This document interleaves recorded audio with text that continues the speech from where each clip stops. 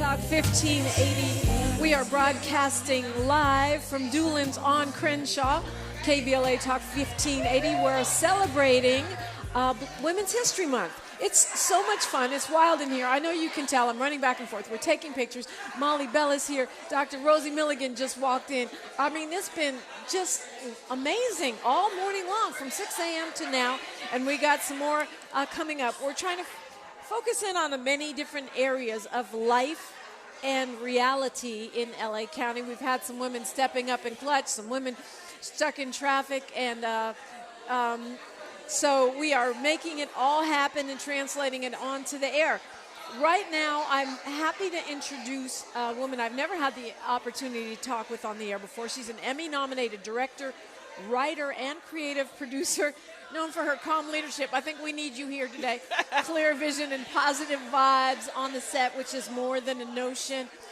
She's known for her many TV directing moments, and she started with the NAACP award-winning Emmy-nominated hit series Family Reunion.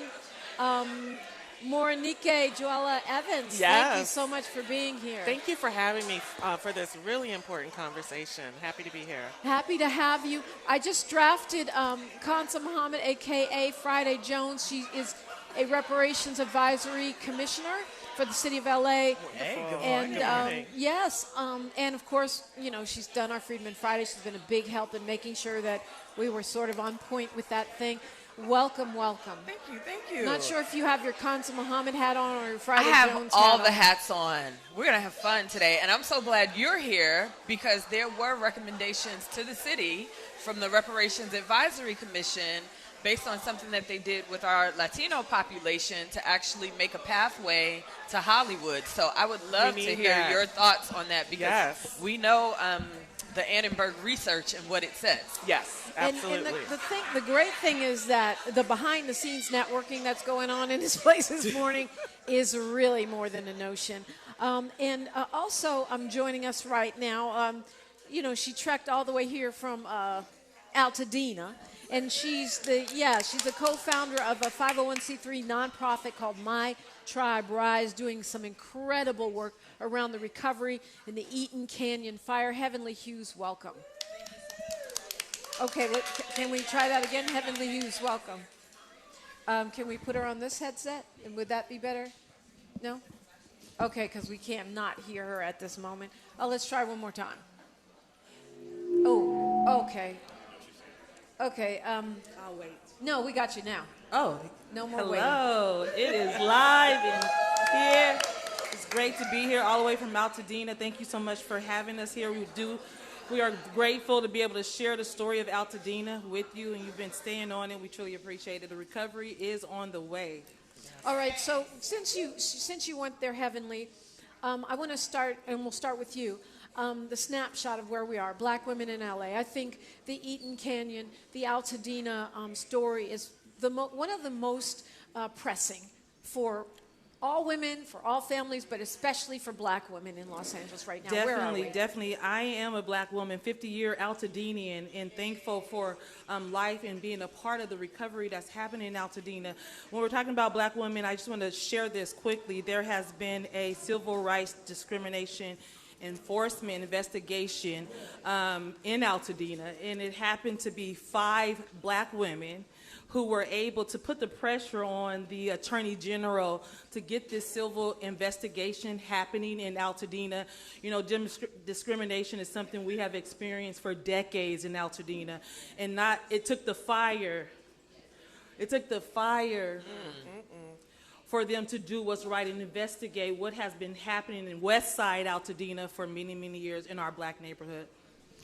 Can I hop in here real quick, Yeah, too? real quick. A snapshot I would like to see. The supervisor is still here at the step and repeat taking pictures with people, and I want her to hear this because one of the other recommendations that was submitted to the City of L.A. and to the Mayor of Los Angeles with the City of L.A.'s Reparations Commission was to make Altadena a sister city. But there's different governance because there's city governance, right, which means the City of Los Angeles, and then there's county governance. But Supervisor Holly Mitchell and the Board of Supervisors during our process, I made sure that they were invited in, and now we're seeing legislation coming out of the county. So I hope that Holly Mitchell hears what I'm saying so that we can get that sister city synergy with the reparations work that she's doing at the county level. And and it's important that people understand that Altadena it doesn't have its own mayor. It is governed by the county. We have our mayor here in the city of Los Angeles, but the county of Los Angeles does not have a mayor, and we are dependent on our supervisor. Supervisor Barker happens to be the supervisor in District 5. So yes, we need to support Supervisor Mitchell and those others because those that have the power to really bring the resources that we need. We need financial support. We have a Black community that needs support, protection, and preservation. We build Black Altadena on West Side Altadena, and we need our supervisors to hear our voices. Got you. I have to keep us on time and on point. It's amazing how time flies when you're on the radio, Heavenly Hughes. But we will touch on those points as much as we can. I want to get the same kind of snapshot here from Monique Joella Evans, because the entertainment industry is on life support. Yes. My side hustle is that. I have an agent. I go on auditions. I do all that. And can I tell you, it's been slow. It's been very slow, and I'm seeing, almost the demise of a lot of Black women's careers. I'm a director in television.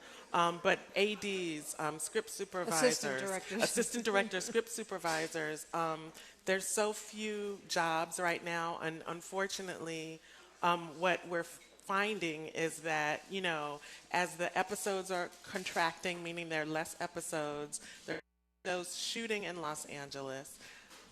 In some cases, people are circling the wagons and only hiring who they kind of want to now. There's people are circling around what happened with the strike. And so there's organizations and producers that were committed to diversity, and they are continuing to do that, but there are less shows and less opportunities. So in some cases, I have director friends who had, phenomenal, momentum and episodes that have not worked since the strike, which is 2 years, over 2 years. Yeah. It's crazy. I mean, I see that they talk about production going to Atlanta, production going to New Mexico, going to Toronto, overseas, right? But that's not new. The last 2 years, it feels like retaliation for the strike. Yep. It feels like the anti-DEI emboldenment of this administration. Yes. And it feels like backlash. I think it's all of that, and I think what's new is because of the terms of the strike and studios financially trying to get around some of those things, a lot of shows are really going out of the country where they don't have to follow union rules. And so it's not just going out of state. I went to Atlanta. This was a year ago, but it was when I only thought things were bad here. Well, I went to 2 stages and nothing was going on in Atlanta either. Right. So a lot of shows that, they're shooting in Canada, they're shooting in, in Europe and in South Africa. And so they don't have to have the same financial issues, and it's workarounds. They're doing less writers. So even though there were, achievements made for the writers during the strike, again, they're working around them. Okay, right. Well, we'll only hire one. We'll only hire 1 or 2 writers, or we'll only have 8 episodes or 6 episodes. And so, yeah. And this is kind of a version of what you're referencing, I think, Heavenly Hughes.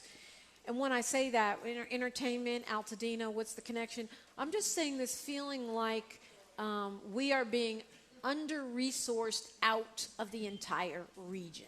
So how do you see the pushback to that when you put the Altadena lens on that, Heavenly Hughes? We have to continue to show up. We have to continue to let our community know that we're here, we're resilient, we're brilliant people, and be consistent. I feel like, yes, they want to completely displace us, remove us completely where we can't tell our story, right? And it's so important for our story to be out there in the forefront. So this is what we're doing now, sharing our story. And I mean, I think also for folks to be aware of organizations like My Tribe Rise, right?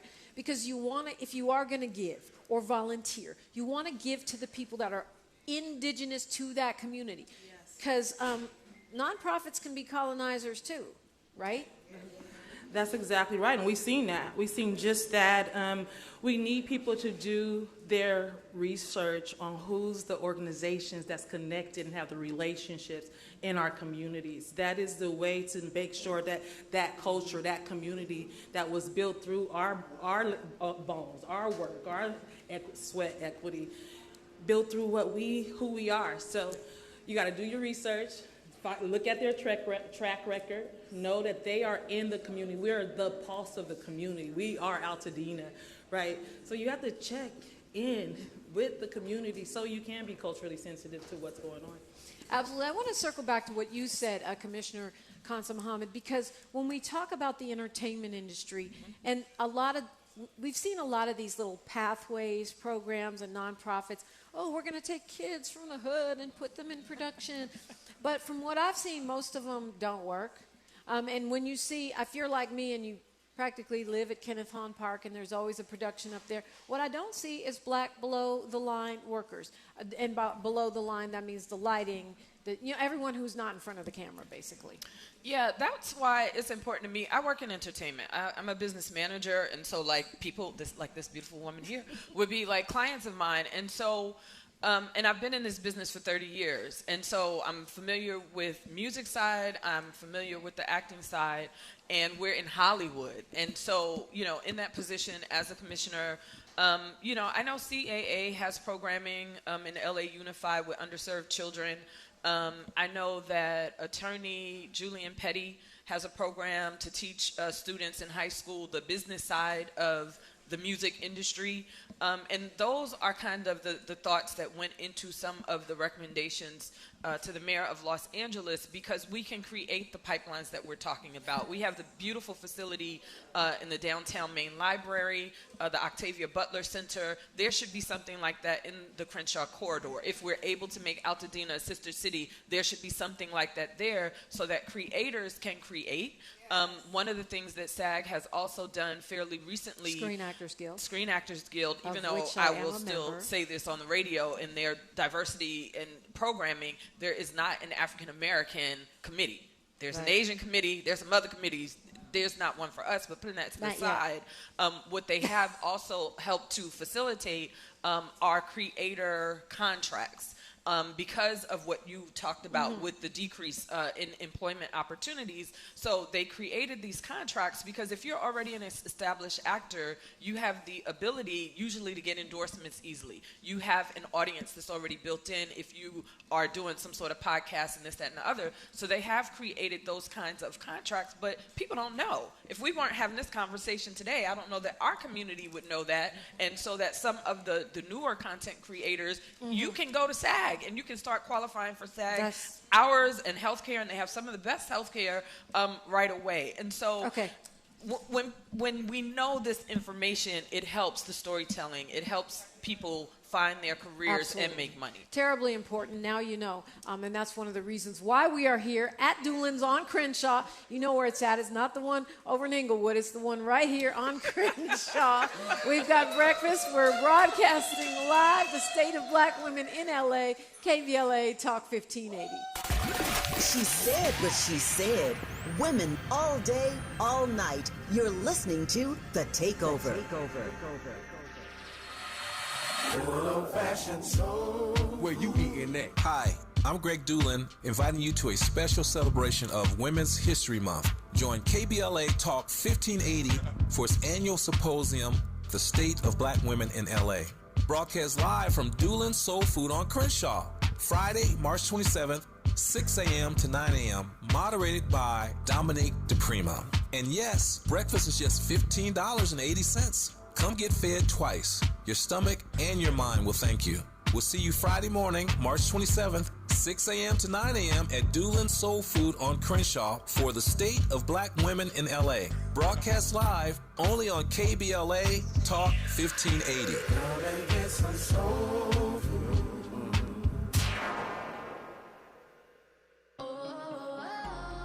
My perfect day has sand, salt water, and friends. But my moderate to severe plaque psoriasis can take me out of the moment. Now I'm all in with clearer skin thanks to Skyrizi. Risankizumab Riza, a prescription-only 150 milligram injection for adults who are candidates for systemic or phototherapy. With Skyrizi, most people saw 90% clearer skin, and many were even 100% plaque-free at 4 months. Skyrizi is just 4 doses a year after 2 starter doses. Don't use if allergic to Skyrizi. Serious allergic reactions, increased infections, or lower ability to fight them may occur. Before treatment, get checked for infections and tuberculosis. Tell your doctor about any flu-like symptoms or vaccines. Thanks to Skyrizi, there's nothing on my skin, and that means everything.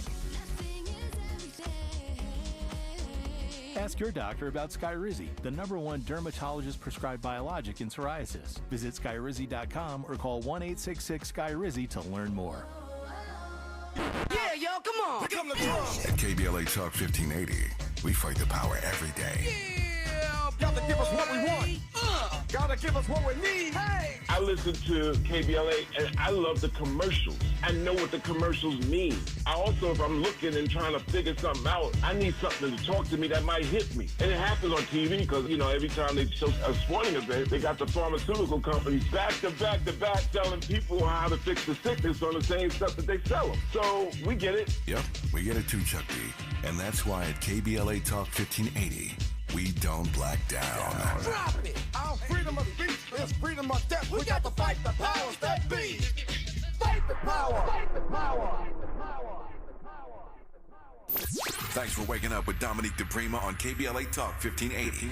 Yes, indeed. We are on Crenshaw and Westmount to be exact. We are at Dulans on Crenshaw, and we've been breakfasting all morning celebrating Women's History Month. And we are doing the state of black women in LA, taking a snapshot, taking an overview, looking at solutions. Powerful women, great women here all morning. I feel so blessed. Both our panelists and our breakfasters are amazing and wonderful. This is part of an all-day takeover. KBLA Talk 1580 is going to be women run all day long. And some of my colleagues, Jill Monroe was here earlier. Coming up next hour, LA Fed President Yvonne Wheeler, who just walked in. We were talking powerful women. We started with the president, CEO of the LA Metro. Black women are doing things in LA, no doubt about it. And so we've been talking this half hour a little bit about Altadena, a little bit about the entertainment piece, and of course, reparations is always on the table. And I wanted to go pivot back to Morenika Joella Evans, who is a director in that space. Kanza Muhammad was sharing opportunities for creators to work through SAG, and you had some opportunities you also wanted to share. Well, I wanted to just talk about, and piggybacking on what you were saying about kind of reparations and resources that are needed for creatives here in LA. I live in Inglewood. I've been producing and directing for over 20 years. I'm not the only black woman or black person that has that wealth of experience, but it's very difficult for us to get access to resources so that we can create. Because the other thing that's happening is shows are being canceled, right? So our stories are being kind of canceled in a way. Yeah. And so we need the opportunity to get resources to continue to tell those stories outside of the system, in tandem with the system. We have the Olympics coming, we have FIFA coming, and a lot of us are missing out on those opportunities. I also have my own production company. Right now it's just me, I'm trying to launch it, but I also teach. I teach how to break into the industry for nominal, $50 Where online would they classes. find that? So that's mojoacademy.net. I teach so that I help kind of, there's a lot of misinformation, and sometimes everyone has a lot of people have the talent, but they don't know what to do, to how to navigate. Yeah. And so I teach that, everything from that to demo reels, to, how to network properly. Yeah, that way you don't get caught in scams. There's so many scams out here for people who think they're going to be stars. Yeah.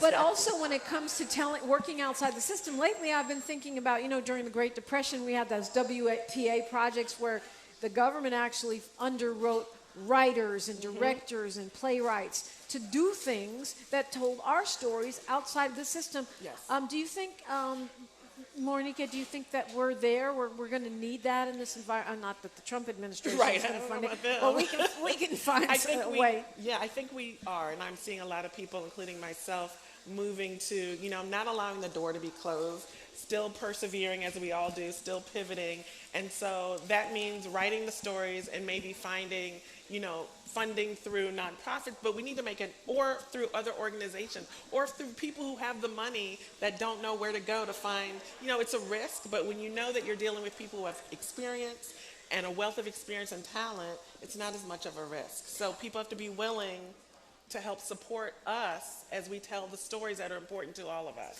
Time flies when you're on the radio. It's weird. It's like you enter an alternate universe. We've got just a few minutes left, and I want to hand the mic to each one of you for 60 seconds. And it's a broad question, but I want to focus on solutions as you see them for Black women in LA at this moment. We'll start with you, Monica, since we're already there. I'm trying to figure out solutions myself. I think part of it is pivoting. I think part of it is going back to your power and knowing what it is you do. So we have to create our own and not let the gatekeepers stop us from thinking there's only one way. There's more than one way. I think we really need to collaborate with people, with like-minded people, and not be afraid to do that. Whether it's writing, whether it's going out and filming something, sharing and bartering space and talent as editors, as writers, as actors, as producers, and creating great things. And then they will come and want to buy it, but we have to be able to create it. If we build it, they will come. Exactly. Kansa Muhammad, a.k.a. Friday Jones. So, yeah, I'm going to take real executive privilege right now to all the beautiful women in the room. If you could call Mayor Bass's office at 213-978-0600 and let her know that you heard about all these wonderful reparations, recommendations around storytelling and entertainment, and you'd love to see more progress and you'd like to see a final report out of the city of LA. That way we can actually encourage some building in Altadena. We can encourage some development of new talent in the entertainment industry so that we can tell the stories that women want to tell. Yeah, and of course she's referencing She's referencing the recommendations coming out of the LA City Reparations Report. If you haven't seen it, go to the Civil Rights Department website. LA is for all. LAisforall.com. LAisforall.com. There's a beautiful report. Yeah. With research and everything. It's amazing. You'll learn so much. And that's what she's referencing. Heavenly Hughes. Thank you so much. When we're talking about solutions, I think about first storytelling. I think about we got to capture what's happening now, what's happening in our past, and what we will see in our future. So when I think about documenting, it's so important to document our stories. And so that's a solution to keep our story going. When we're talking about reparations in Altadena, there's a discrimination investigation going on because it is so important that we have reparations right now in Altadena to save Black Altadena, to save West Side Altadena. So both align with what I want to say as a solution is community. Yeah. It really is us. And Heavenly really Hughes, is us. Before we run out of time for this segment, we've got Judge Songhai Armstead and President Yvonne Wheeler. Powerful finish to the show today. Tell us how to get a hold of My Tribe Ride. Please visit us, our website, mytriberise.org. We have our Adopt a Survivor program. We have our Adopt Black Businesses program. We have solutions for Altadena. We want to be sure that this recovery lands. Absolutely. We will continue the state of Black women in LA when we come forward live from Dulans on Crenshaw on KBLA Talk 1580. Thanks for starting your morning off with a voice that speaks truth to power and the powerless, getting to the heart of what matters most in our community. This is where authentic conversation meets real action. From breaking news and politics to culture and community solutions, this is where you hear perspectives you won't hear anywhere else. This is where we come together, get informed, and make change happen. You're inside First Things First with Dominique Diprima on KBLA Talk 1580. Good morning, sunshine. You make my day.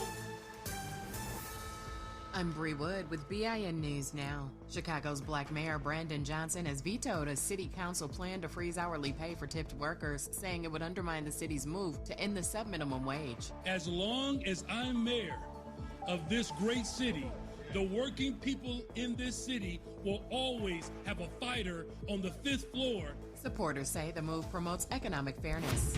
A top Trump housing official has filed 2 new criminal referrals against Black New York Attorney General Letitia James, accusing her of falsifying information on homeowners' insurance applications. James's attorney calls it a baseless political vendetta.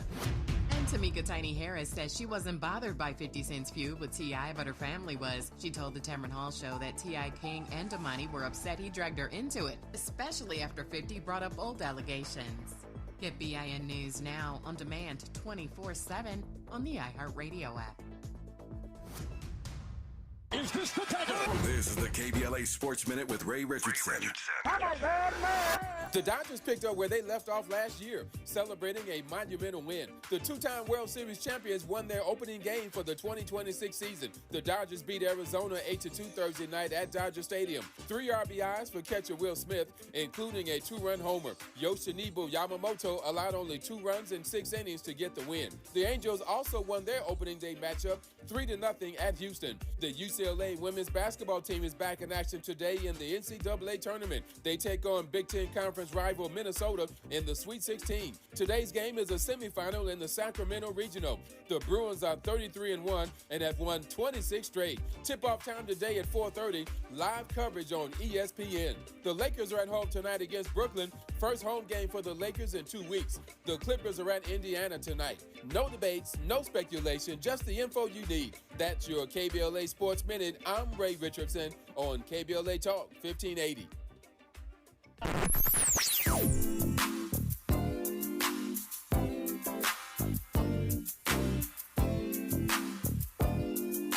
This is KBLA Talk 1580. Talk radio. That's music to your ears. We're unapologetically progressive. KBLA Talk 1580. We're at Dulans on Crenshaw. It's a special place where the neighborhood comes together. Got the fried chicken, the catfish, the candied yams, the mac and cheese. It's all delicious. I'm Isaac Bryan. I represent the Crenshaw District in the California State Legislature, and I'm supporting Tom Steyer for governor of California. California is under attack, and we need a fighter who's going to come in on day one and stand up for California values and push back. That person is Tom Steyer. Tom and I have been fighting together for the better part of a decade. Tom is the only candidate supported by smart justice because Tom has stood on the front lines of racial justice, economic justice, and true solidarity. Tom is the real deal. He's the only candidate in the race with a comprehensive plan to make the billionaires and the corporations pay their fair share so we can fund things like universal health care and education. He means what he says, and he does what we need. This is a moment when we've got to fight fire with fire, and I believe that fire is Tom Steyer. Ad paid for by Steyer for Governor 2026. All I need is one mic. With a KBLA Talk 1580 editorial, I'm Dr. Nicordelai Corte. Less than 24 hours before a planned California governor's debate, USC and KABC Television Channel 7 pulled the plug after a week of growing outrage that not a single candidate of color had been invited to participate. USC says it was just math, polling numbers, fundraising totals, nothing personal. But here's the problem with that argument. Every one of the 6 candidates who made the cut was white, and every one of the candidates left out was not. At some point, the outcome is the message, regardless of the formula that produced it. The 4 excluded candidates, former U.S. Health Secretary Javier Becerra, former L.A. Mayor Antonio Villaraigosa, former State Controller Betty Yee, and State Superintendent Tony Thurmond, are not fringe figures. These are people who've won major statewide elections and served millions of Californians. Here's the deeper lesson. California is one of the most diverse states in the nation. Latino voters, Black voters, and Asian American voters don't just live here. We decide elections here. When the people organizing a debate about California's future build a stage that looks nothing like California, they're not just making a scheduling error, they're sending a signal about whose voice matters. Even some of the invited candidates called on USC to expand the field, ostensibly because they understood what was at stake. That said, it is worth noting that none of the invited candidates had the courage to stand in solidarity with people of color and bow out of participating in the debate. But we'll leave that alone for now.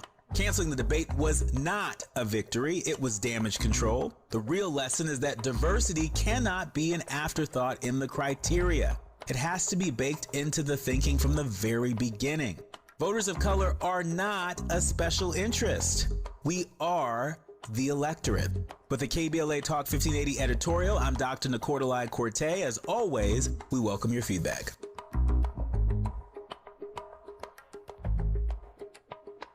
Heading out of town this spring? Metro makes getting to LAX easier than ever. Just take the C or K train lines to the new LAX Metro Transit Center. Then catch a free shuttle straight to your terminal. Easy, affordable, stress-free. Travel smart. Go Metro. Where you eating at? Hi, I'm Greg Dulans, inviting you to a special celebration of Women's History Month. Join KBLA Talk 1580 for its annual symposium, The State of Black Women in LA. Broadcast live from Dulans Soul Food on Crenshaw, Friday, March 27th, 6 a.m. to 9 a.m., moderated by Dominique Diprima. And yes, breakfast is just $15.80. Come get fed twice. Your stomach and your mind will thank you. We'll see you Friday morning, March 27th, 6 a.m. to 9 a.m. at Dulans Soul Food on Crenshaw for the State of Black Women in LA. Broadcast live only on KBLA Talk 1580.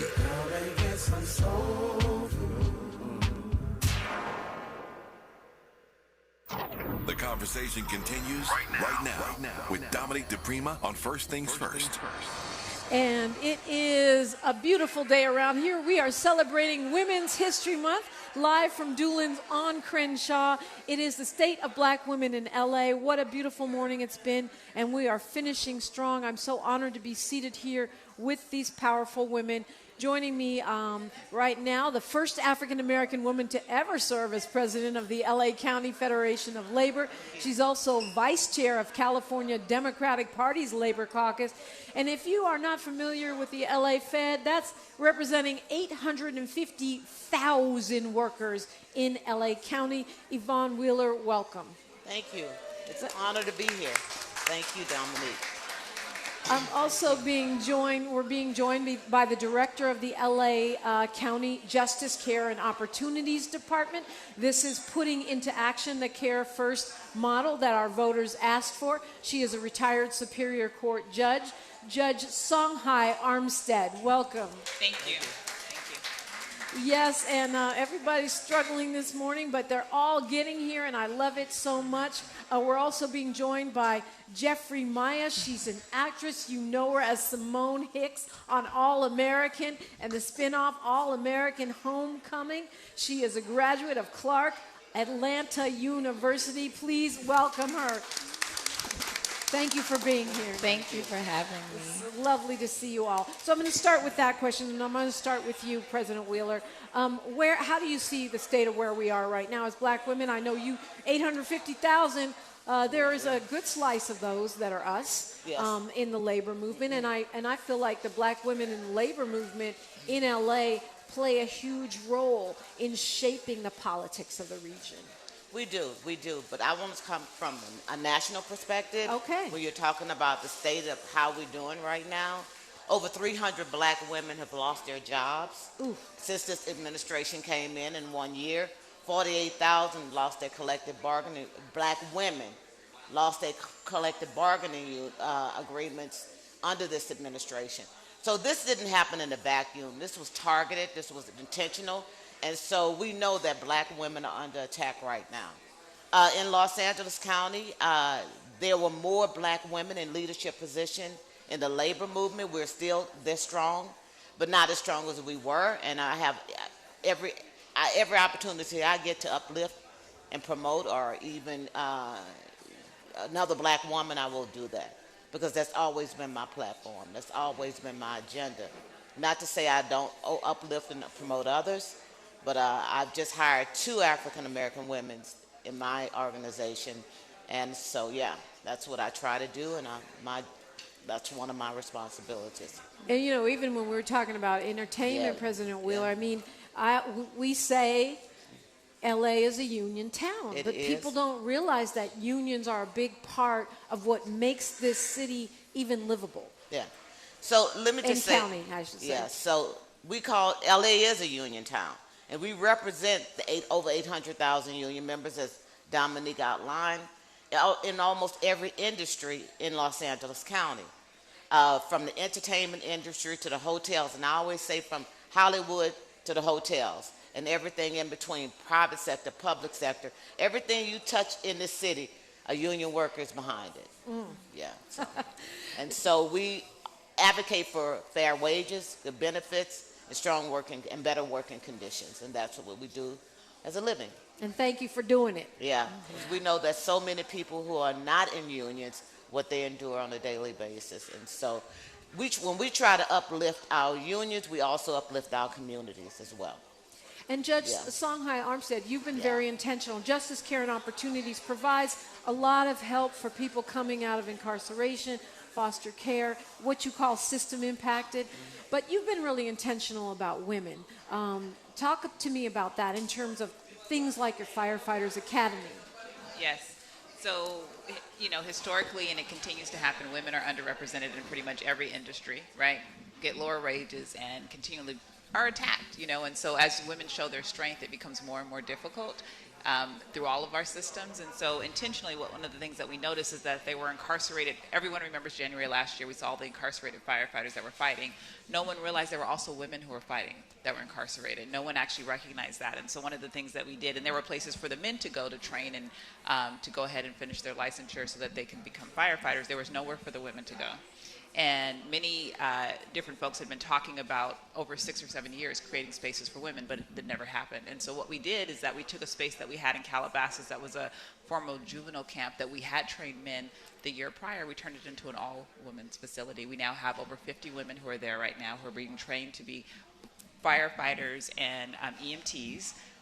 Most of them formerly incarcerated. Some of them are aged out foster youth. A couple are returning veterans. And so, and they are some of the strongest, most powerful women I've ever seen, very dedicated. Unfortunately, have experienced lots and lots of trauma in ways that some of our men had not experienced that we have to make sure that we're addressing as well. But still, with all of that, there's so many hurdles that we're going through with some systems where they don't want to invite these women in, even though they're training them, they're certifying them, they're doing all the things, and they're passing all the tests, and they still don't want to welcome them into, the good old boys. And that's where we come in, women. That's where we come in, KBLA delegation, the advocacy. Jeffrey Maya, you're in a, you've thrived in a tough industry, right? Especially for black women. I mean, being, starring on a series like All American, starring on All American Homecoming, it's like catching lightning in a bottle. I think it's less than 2% of our Screen Actors Guild members that are working on any given day. Talk to me about what that is like for you navigating this landscape, which seems increasingly challenging for us. Yeah, I agree. I think one of the biggest things for me is just one, acknowledging what I believe my purpose actually is. And I feel like considering the percentage of black women that have led series or that are on television now, I think it's very important to honor and acknowledge that I did do it and I was a part of it. And it just says that it is possible and will continue to be, but I think it starts with self and start with acknowledging, like, what am I here to do? What am I meant to do? And like all of us at this table, all of us in this room, we all have a purpose and a dedication and an intention with the work that we do. And I think that at the end of the day, all that we as creatives, all that I as a creative can do is just serve what I believe my purpose is. So whether it is me being on camera, whether it is me kind of not necessarily sitting and waiting, but just preparing for the next thing, I think it's a matter of like how I see myself and continue to move in that direction, because it's going to continue to be a challenge considering, our history and the things that we're talking about now and the statistics that we're like talking about now. So I think it's more so about like what is continuously happening compared to what is it that I can do, whether I'm working and moving or not. But I think it's really just rooted in how we see ourselves first to kind of propel us forward. President Yvonne Wheeler, you're a mama also. Oh, absolutely. And a grandmama too. Yeah, absolutely. And so when you approach, the labor movement and your huge job here, how do you view creating that lane that Jeffrey's talking about, Jeffrey Maya? how do we create a lane for that next generation in labor? We have to be intentional. We have to be intentional. We cannot neglect the fact or look the fact that we're an aging population. And so we have to create programs that brings in younger activists in the labor movement, and it's called, and several unions have them, and they're called Young, or they're called Next Generation, Next Gen. And so we have to be very intentional about how we recruit, how we activate, and and I think the most important thing is mentoring. How do we mentor those individuals to get them into the labor movement? Because it's not an easy movement to be in. Yeah. I mean, it's rare to see someone in my position. Well, it's never happened before, so that's pretty rare. In 132 years of the organization, that speaks volumes, right? And so, but you have to have, in order to stay in this movement, as you know, it requires having mentors, anybody that's willing to invest in you. Yeah. And so what I do is invest in people that look like me. I recruit individuals who look like me, and I am intentional about that. And I unapologetically do it, because you have to. You have to do that. Well, I mean, it's incumbent upon us to do it. And one of the challenges of the labor movement has been that, people bring in their families, they bring in people they know, and It's a lot of times, yeah, and a lot of times that has kept black people out. I mean, particularly when it comes to entertainment unions. Well, there's a lot of nepotism, but it also has worked in our favor advantage too. Because if I bring mine in, then you can't complain because you did it to yours. And so I mean, it goes both ways. We have to be intentional about that. If you look at labor unions, and I'll tell you something, at ASME, the majority of them are black. If you looked at AFGE, the American Federation of Government Employees, who were under assault, under attack by the current administration, who stripped all of them of their collective bargaining agreements, the majority of those individuals and leaders were black women and black. Yeah, and we saw that coming. I think we saw that coming. And it was, as I said, it was intentional. That's why he went after them. Yeah. Because you had more black leaders in the federal sector and in public sector than you have in any other industry.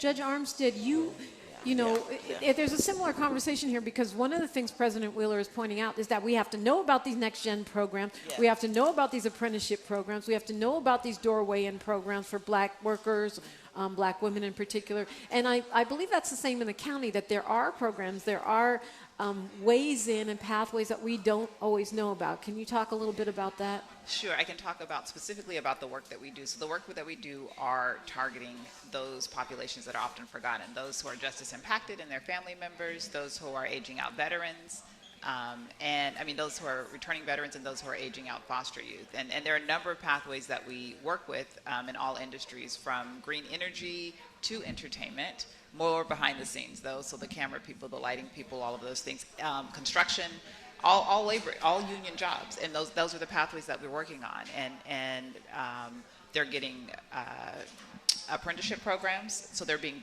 paid while they're being trained. So they're being paid while they're being trained. They're getting into apprenticeship and pre-apprenticeship programs so that they can have jobs.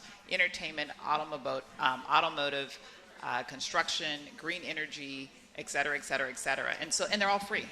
And people may not know about it. And I think that people should know about it, because I think most of us know someone who touches one of those populations, right? We know people who are underserved from at-risk communities. We know people who've been touched by the justice system. We know returning veterans. We know people who are aging out foster youth. They're all free, and it's all paid for by the county. And while we have the dollars and we're able to do it, I think people should definitely check us out and make sure that you're able to tap into it, and those resources at jcod.lacounty.gov. And Justice Care and Opportunities Department is pretty new, so a lot of people don't even know about it.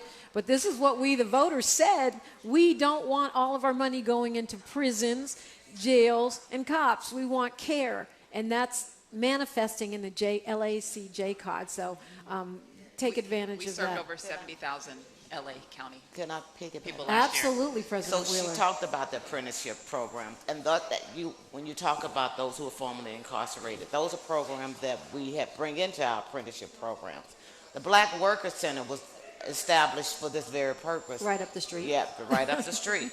And they have a program with LA City called 1,000 Strong. they want to hire 1,000 black people in the city of Los Angeles and have them placed. So though there are programs out there, people just don't know or are aware of them. And if Yeah. we don't take advantage of them, Yeah. they go away, especially Yeah. right now in this Yeah. funding cycle. Absolutely. When you're hearing this, Jeffrey Maya, what are you thinking about? I mean, you're in a union. Yeah, I mean, first off, I'm thinking about how I love being black and I love black women. First off, because it's so many amazing things that we do and that we're so resilient, like constantly. It's like we're constantly having to meet these expectations, but fighting through so much every day. And I'm just sitting here listening to the both of you who have done amazing things. And, me as someone in entertainment, and politics and, the justice system, it's all intertwined. And just listening to you guys say certain things, I'm like, oh my God, how can I be a part of this? And like, what children do I know that could really like sit and get the mentorship, or like hearing about these women that were incarcerated who were also firefighters during I didn't know that. So to be honest, my mind is one. I'm like, how can we get people to know more about this, but also people in my position as the next generation of artists and creatives. It's not just about performing. It's about like, what can we do through our performance or in our storytelling to kind of create this cycle of just growth and change and evolving as like just leaders and movers and shakers. So yeah, I'm just sitting here just kind of taken aback by like just the work that has to continue to be done, but the work that is already being done. And I'm like, okay, how can I be a part more and more? Like, how can I how can I just be a part in these ways? So yeah, it's just beautiful to be here. I just feel really honored to be here, to be honest. Well, I'm really glad to have you. I love the intergenerational thing that's going on right now. We always hear as kids growing up about go get you a good union job. Go get you a good union job. What's the pathway in? I mean, if people want to get in, because this, it's not easy living in LA County. Look, in the entertainment industry, I think that's the most difficult path to get in. Yeah. And I represent over 300 affiliated unions. SAG-AFTRA is one of them. Mm-hmm. So we need to talk. So you are one of my unions. But normally, if you work for an employer, so it's based on your employer, who you work for. So it's not as if we go out and just recruit them to come in. In the construction industry, it's easier to get recruits from the street. And we even include language white. If we're negotiating a project labor agreement, and I'm going to use, probably most people in here don't even know what that is, but it's like a union contract on a construction site. We'll include local hire language in it so that they could hire individuals from that community who look like us. Other than that, if you're working for an employer, it has to be a unionized employer. And if it's not, then we'll come in and organize them. Right, like they're doing at Starbucks, like they're doing at Amazon. Absolutely. So we're organizing at Starbucks. That's one of our organizing campaigns because they weren't unionized. We're trying to organize Amazon. We've tried for years to organize Walmart unsuccessfully. But we'll organize unorganized unit. If you contact us and say, hey, we want to be organized, we'll come in and find out how we can organize you. That's amazing. But the quickest path is to go to work for like in the county, they're all union. You go to work for LA City, they're union. You go to work for someone like Verizon or a telephone company, they're normally union jobs. And those are better jobs, people. Yeah. I always like to point out that we wouldn't have weekends or 8-hour days if it wasn't for unions. So even if you're not in a union, you benefit from the union. Time flies when you're on the radio. Like I always say, it's a time warp. So what I want to do is ask each of you to give us 60 seconds, a little more of solutions, and we'll start with you, Miss Jeffrey. Solutions, 60 seconds. Continue moving on purpose. That is what keeps me fighting every single day to be a storyteller. I'm so grateful that I had the women in my life, my mother and my grandmother, who uplifted me and supported me and encouraged me with God first, but also just intention and just keeping my eye on the prize, as my grandmother loves to say. And to any young black girl who wants to do this thing called entertainment, it truly does start with your purpose, and just keeping that at the forefront, because we are so full of magic and ideas and other worlds. And I truly believe that, not just for myself, but the next generation. So I hope that how I move and how I speak and how I see myself and how I continue to operate and choose the work that I want to do, I allow that to kind of be like my rebellion in a sense of the things that I'm creating. Yes. And I pray that that keeps girls moving forward as well. Jeffrey Maya, thank you for that. Judge Songhai Armstead. She spoke my love language every time she says purpose. If you ever hear me speak, that's usually the thing that I always start off with. I think moving forward, there's a thing that I think we're in a time of attack, as you know, where I think it's more difficult than it's been for a long time. And I think that we have to be okay bringing our authentic self, supporting each other, and being very authentic about what's going on and how we're feeling. I'm watching too many of us just falling by the wayside because it's too much and the burden is too heavy, and I think that we need to come together and support each other. The other thing that I would like to encourage the next generation to do is do not be afraid to put yourself out there and take the chance. Because I think a lot of times we count ourselves out. We think that we're underqualified, and then we find somebody else doing something that we're like, what? I could have done, I'm so much better, because we're waiting for that perfect moment. There is no perfect moment. We're always usually more qualified than we think we are. And I think we need to not limit ourselves and collect the data points so that we can go around and support people to show what's really happening and to continue to uplift each other. By the way, Jeffrey Maya on Instagram and LACJCOD on Instagram if you want to keep up with the work of these two women. President Yvonne Wheeler, what will you leave us with this morning? So I ditto everything that they said because they spoke it better than I could. What I want to encourage everyone to do is get out and vote. This is an election year. And the reason that we're in this situation that we're in because people did not vote. And so if you want to change the circumstances that we're in, vote. And I have a voter guide right here. I've been looking at it. I need to take a picture of that. Of all the elections that we've endorsed, and we went through a rigorous process on who to vote for. And I just cannot say some of the candidates that we're supporting. Mayor Karen Bass in LA. Mayor Rex Richardson in the city of Long Beach is one of our priorities. We are targeting, and I'll tell you who our priority races are, which is the mayor of Los Angeles, the mayor of Long Beach, and 2 city council members in Long Beach. Eunice Hernandez is one of them. But in Long Beach, we've changed. Long Beach is now a union town. Yeah. Nobody would have ever thought that years ago. We worked on it. I'm having problems with this head now. We worked on it for years to get Long Beach as a union town, and now we do, and we want to maintain what we have. So we have that's a priority for the Los Angeles County Federation of Labor, and we are supporting, as I said, Mayor Rex Richardson, Joni Odie Ricks, who is a African American woman. We have 2 African American women on Long Beach City Council right now. Tanua, but she's not up for election. But we have 4 candidates on Long Beach City Council that we're supporting. Also, the Board of Supervisors, Maria Elena Durazo. So if you're going to vote, I tell you, if you're going to do anything, you want to change your circumstances, don't complain, vote. Absolutely. At the LA Fed on Instagram. We got to go. Yeah. It's been a beautiful day. Thank you so much, President Yvonne Wheeler, Judge Songhai Armstead, and actress Jeffrey Maya. It is time for the KBLA Women's Takeover. That is going on all day long. Women on the mic. Until next time, I'm Dominique Diprima. One love. KBLA 1580 Santa Monica.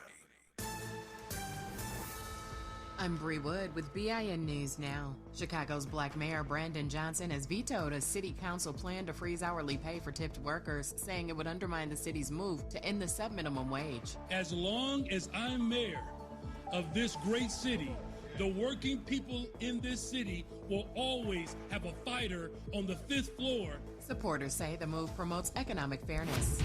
A top Trump housing official has filed 2 new criminal referrals against Black New York Attorney General Letitia James, accusing her of falsifying information on homeowners' insurance applications. James's attorney calls it a baseless political vendetta. And Tamika Tiny Harris says she wasn't bothered by 50 Cent's feud with T.I., but her family was. She told the Tamron Hall show that T.I. King and Damani were upset he dragged her into it, especially after 50 brought up old allegations. Get BIN News now on demand 24/7 on the iHeartRadio app. Is this the time? This is the KBLA Sports Minute with Ray Richardson. The Dodgers picked up where they left off last year, celebrating a monumental win. The two-time World Series champions won their opening game for the 2026 season. The Dodgers beat Arizona 8-2 Thursday night at Dodger Stadium. 3 RBIs for catcher Will Smith, including a 2-run homer. Yoshinobu Yamamoto allowed only 2 runs in 6 innings to get the win. The Angels also won their opening day matchup 3-0 at Houston. The UCLA women's basketball team is back in action today in the NCAA tournament. They take on Big Ten Conference rival Minnesota in the Sweet 16. Today's game is a semifinal in the Sacramento Regional. The